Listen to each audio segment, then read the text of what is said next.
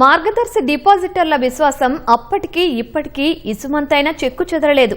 నాటి పాలకులు మార్గదర్శిని వేధించినా రామోజీరావుపై నమ్మకంతో తమ డబ్బులు తిరిగి ఇవ్వాలంటూ సొమ్ము దాచుకున్న వారు క్యూలు కట్టలేదు. ఒకవైపు ప్రభుత్వం డిపాజిటర్లను రెచ్చగొట్టినా ఫిర్యాదు చేసేందుకు ఒక్కరూ ముందుకు రాలేదు. నాటి పాలకులు ఎంత ఒత్తిడి తెచ్చినా అప్పటి తమ నమ్మకమే సుప్రీంకోర్టు తీర్పుతో నిజమైందని చందాదారులు హర్షం వ్యక్తం చేస్తున్నారు. మార్గదర్శి డిపాజిటర్ల నమ్మకం ఏళ్లు గడిచినా చెక్కు చెదరలేదు. అప్పటి పాలకులు తమ చేతిలో ఉన్న అధికారాన్ని ఉపయోగించి మార్గదర్శిపై ఉసిగొల్పినా చందాదారులు విఘ్నత ప్రదర్శించారు. రెచ్చగొట్టినా సంయమనం చూపారు. మార్గదర్శిపై ఫిర్యాదు చేయాలని ఎంత ఒత్తిడి చేసినా సంస్థపై వారికున్న అపార విశ్వాసం ముందు అవన్నీ దిగదుడిపే అయ్యాయి. చివరకు వారందరి నమ్మకమే గెలిచింది. సుప్రీంకోర్టు తీర్పుతో డిపాజిటర్లలో హర్షం వ్యక్తమవుతోంది. దాదాపు 1979 నుంచి మార్గదర్శి ఫైనాన్షియర్స్తో నాకు సంబంధం ఉంది. అది ఇప్పటి వరకు సేవింగ్స్ చేసుకోవడం అట్లా చేసి ప్లాట్ కొనడం కానీ, ఇల్లు కట్టడం కానీ, ఏదైనా కార్యక్రమాలు చేయడం కానీ అన్నిటికీ సహకరించింది. ఇలాంటి మంచి సంస్థ మీద కొన్ని సంవత్సరాల కింద ఒక రాజకీయ నాయకుడు అనవసరంగా విమర్శలు చేస్తే నేను ప్రొటెస్ట్ చేశాను. అది ఈ రోజు సుప్రీంకోర్టు సరి అయిన తీర్పు రావడంతో చాలా ఆనందంగా ఉంది. నాకు అనవసరంగా ఒక మంచి సంస్థ జోలికి వెళ్ళి వాళ్ళని ఇబ్బంది పెట్టడం, దాంతో లాభపడే వాళ్ళని ఇబ్బంది పెట్టడం చేయకూడదని నేను విజ్ఞప్తి చేస్తున్నాను.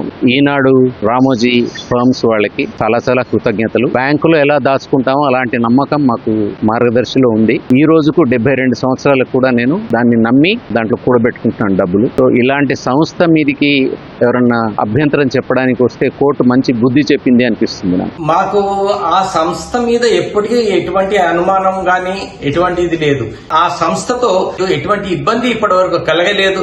ఇక ముందు కూడా కలుగుతుందని ఏం లేదు. ఎందుకంటే ప్రస్తుతం రామోజీరావు గారు లేకున్నా కూడా వాళ్ళ ఫ్యామిలీ మెంబర్స్ అదే విధానాన్ని కొనసాగిస్తున్నారు. కాబట్టి ఎవరైనా సరే నిశ్చింతగా ఆ సంస్థతో అనుబంధం పెంచుకోవచ్చు.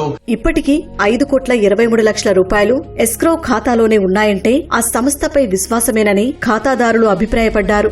మార్గదర్శిని నమ్ముకుని ఆర్థికంగా నిలదొక్కున్నామని, తమ జీవితంలో ప్రతి ముఖ్యమైన విషయంలోనూ మార్గదర్శి తోడ్పాటు ఉందన్నారు. మార్గదర్శి సంస్థతో మా అనుబంధాన్ని గురించి చెప్పాలంటే తరతరాల నుంచి, అంటే మా ఫాదర్ వాళ్ళ దగ్గర నుంచి కూడా మాకు అదే కంటిన్యూ అవుతూ వచ్చింది. అవసరమైన ప్రతిసారి కూడా మార్గదర్శి మాకు తోడుగా ఉండింది. ఏ అవసరానికి వచ్చినా కూడా మార్గదర్శి మాకు హెల్ప్ చేస్తూనే ఉంది. కాయలున్న చెట్టుకే రాళ్ళదెబ్బలు తప్పవన్నట్టు నిజాయితీతో పనిచేసే మార్గదర్శి సంస్థకి నిందలు తప్పలేదు, అపనిందలు తప్పలేదు. కానీ ఇలా జరిగిన ప్రతిసారి కూడా మార్గదర్శి తను రుజువు చేసుకుంది. Every interaction with Margadarsi all these years proves it's honesty. పలువురు విశ్రాంత ఉద్యోగులు సైతం తమకు దశాబ్దాలుగా ఉన్న అనుబంధాన్ని గుర్తు చేసుకుంటూ సుప్రీంకోర్టు ఇచ్చిన తీర్పును స్వాగతిస్తున్నారు.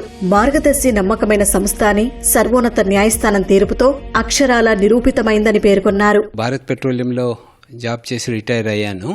నా అనుబంధం మార్గదర్శి తోటి చాలా చాలా సంవత్సరాల నుంచి ఉంది. నేను 6వ తరగతి చదువుతున్నప్పుడు మా నాన్నగారు నాకు మార్గదర్శిలో ప్రతి నెల చందా కట్టమని చెప్పి ఇచ్చేవారు 50 రూపాయలు. బాగా గుర్తు, మేము పంజగుట్ట కాలనీలో ఉండేవాళ్ళము. అక్కడి నుంచి నేను లకడికా పూల్ వెళ్లి ఆ ఫస్ట్ ఫ్లోర్ మార్గదర్శి ఆఫీస్లో క్యూలో నుంచి కట్టేవాడిని. కానీ ఆ విధంగా మేము సేవ్ చేసుకున్న తర్వాత కొన్ని సంవత్సరాల తర్వాత మా సొంత ఇల్లు కట్టుకోవడం జరిగింది అమీర్పేటలో. ఆ తర్వాత నేను ఉద్యోగరీత్యా బయట వేరే సిటీస్కి వెళ్ళినా కానీ ఎప్పుడు కూడా మార్గదర్శితోటి అనుబంధాన్ని మట్టుకు ఎప్పుడు ఇదంటి తెంచుకోలేదు. ఎప్పుడు కూడా ఏదో ఒక చిట్టు వేస్తూనే ఉన్నాం. ఆఖరికి నేను రిటైర్ అయిన తర్వాత వచ్చిన నా కార్పస్ ఫండ్ డబ్బులు వచ్చినవన్నీ కూడా నేనంటే అనేకమైన చిట్స్ లో కూడా పెట్టాను. మార్గదర్శి ఫైనాన్షియర్స్ ది మట్టుకు చాలా చాలా డిసిప్లిన్డ్ గా ఆర్గనైజ్ చేసేవారు. ఎప్పుడు ఏ రోజు ఎప్పుడు తేడా రాలేదు.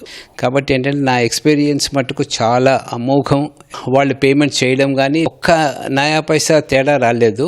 నేను ఎప్పుడు కూడాను ఈ సంస్థతోటే నేను జర్నీ చేస్తాను. 4 రాష్ట్రాల్లో లక్షలాది మంది ఖాతాదారుల విశ్వాసం చూరగొన్న మార్గదర్శి 10 కాలాల పాటు పదిలంగా ఉండాలని చందాదారులు ఆకాంక్షిస్తున్నారు.